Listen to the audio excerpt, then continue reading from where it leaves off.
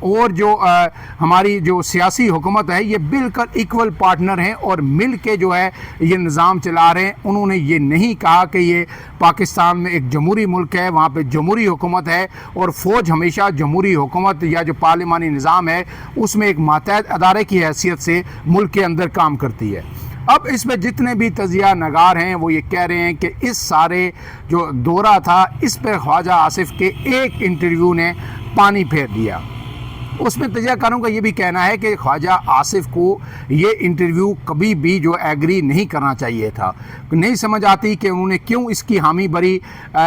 جو تنقید کرنے والے ہیں وہ یہ بھی کہتے ہیں کہ یہاں پہ تو کنٹرول میڈیا ہے، یہاں آپ میڈیا کو لتاڑ دیں، جس طرح کے جواب دے دیں الٹے سیدھے، کوئی مسئلہ نہیں ہوتا۔ پارلیمنٹ میں کھڑے ہو کے آپ جس طرح کی جگت بازی کر دیں، لچھے دار تقریر کر دیں، اس کا جو ہے امپیکٹ کہیں بھی آپ کو پاکستان میں کوئی جواب دہی ہے ہی نہیں، تو وہ اس کا نظر نہیں آتا۔ لیکن جب آپ اتنے بڑے فورم پہ امریکہ کے اندر بیٹھ کے اتنے بڑے صحافی کو انٹرویو دیتے ہیں تو پھر آپ کو اس کے مطابق آپ کی تیاری بھی ہونی چاہیے۔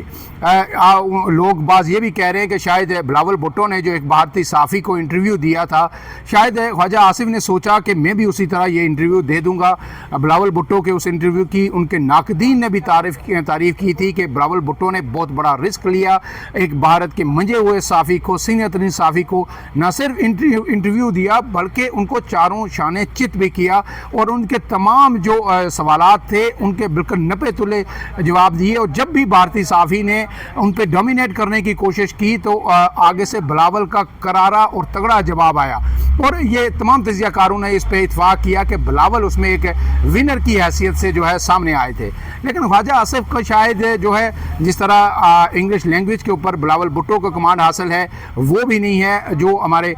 سیاستدان ہیں اگر وہ انگلش کوئی بول بھی سکتا ہے تو پہلے اردو کے اندر سوچتے ہیں، پھر اس کو جو ہے اس کی انگلش بنانے کی کوشش کرتے ہیں، اور یہ لینگویج بیریئر بھی ایک بڑا جو ہے ریزن ہوتی ہے۔ لیکن آپ اس کو جو نگیٹ کر سکتے تھے، جو ان کا سوال تھا مہدی حسن کا بہت سکسیسفلی اور طریقے کے ساتھ اور آئین و قانون کے اندر جواب جو ہے وہ رہ کے دے سکتے تھے، لیکن شاید خواجہ آصف نے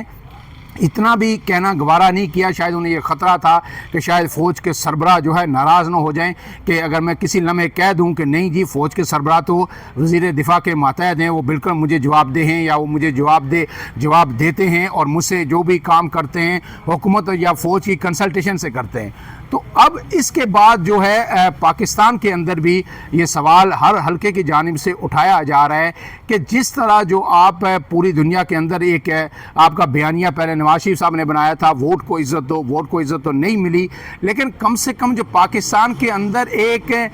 نیم مردہ حالت میں جو جمہوریت ہے اس کا ہی کچھ پاس رکھ لیتے اور دنیا کو کم سے کم دنیا کے سامنے بھارت کو اور دوسرے ممالک کو یہ تاثر تو دے دیتے کہ جناب ہم سیم پیج پہ ہیں، کوئی غلط نہیں۔ دنیا جہان کے اندر امریکہ کے اندر بھی یہی ہوتا ہے کہ اسٹیبلشمنٹ سے جو بھی اہم پالیسیز بنتی ہیں ان پہ مشاورت کی جاتی ہے اور اس کے بعد پالیسی بنائی جاتی ہے، کیونکہ ظاہر ملکی مفاد ہے اور فوج اسٹیبلشمنٹ ایجنسیز اسٹیک ہولڈرز ہوتی ہیں، ان کے رائے کے بغیر کوئی بھی عالمی سطح پر یا داخلی یا خارجی محاذ پر یا دفاعی محاذ پر کوئی بھی پالیسی مرتب نہیں کی جا سکتی۔ لیکن آپ کو انٹرویو جب آپ دیتے ہیں، آپ وزیر دفاع ہیں، تو آپ کو کم سے کم پولیٹیکلی ان چیزوں کو ہینڈل کرنا آنا چاہیے،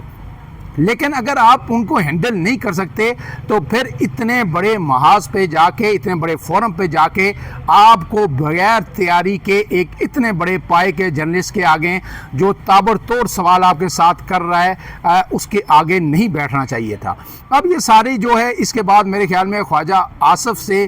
جو ہے فوج تو نہیں پوچھے گی، فوج